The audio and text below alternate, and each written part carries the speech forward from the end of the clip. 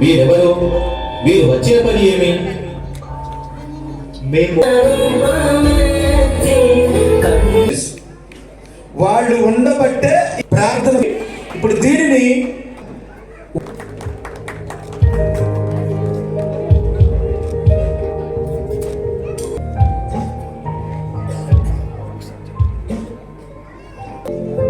Okay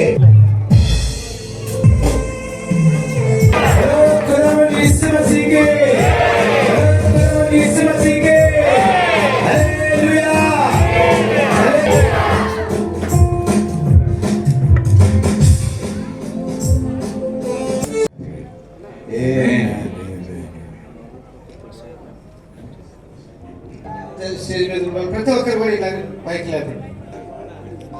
December 25వ తారీఖు వరకు క్రైస్తవ ప్రజలు క్రిస్మస్, సెమీ క్రిస్మస్ జరుపుకుంటూ ఉంటారు.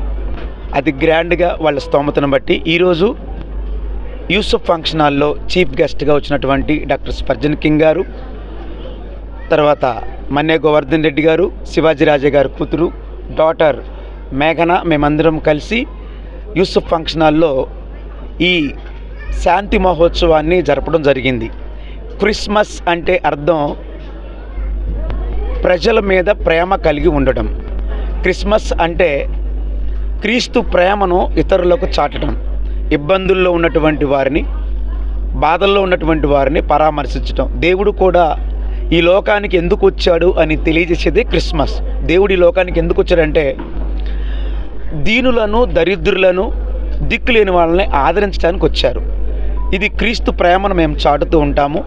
మరి నేను స్వస్థతా గుడారం ఫౌండర్గా ఇక్కడ ఉంటూ, ది గాడ్స్ వే ఆర్గనైజేషన్లో కూడా డైరెక్టర్గా ఉంటూ, ది గాడ్స్ వే ఆర్గనైజేషన్ ద్వారా మేము గాడ్స్ లవ్, దేవుని ప్రేమను అనేక మందికి పంచుతూ ఉంటాము. ఇబ్బందుల్లో ఉన్నటువంటి వాళ్ళకి, ఇరుకుల్లో ఉన్నటువంటి వాళ్ళకి ఈరోజే క్రిస్మస్ లాగా కాకుండా ప్రతిరోజు ఒక క్రిస్మస్ను మేము మరి స్వచ్ఛతా గుడారం డాక్టర్ రెవరెండం సంజయ్ వెంపటి గారి ఆధ్వర్యంలో ఇక్కడ సెమీ క్రిస్మస్ ఉత్సవాలు ఘనంగా జరుపుకోవడం జరిగింది.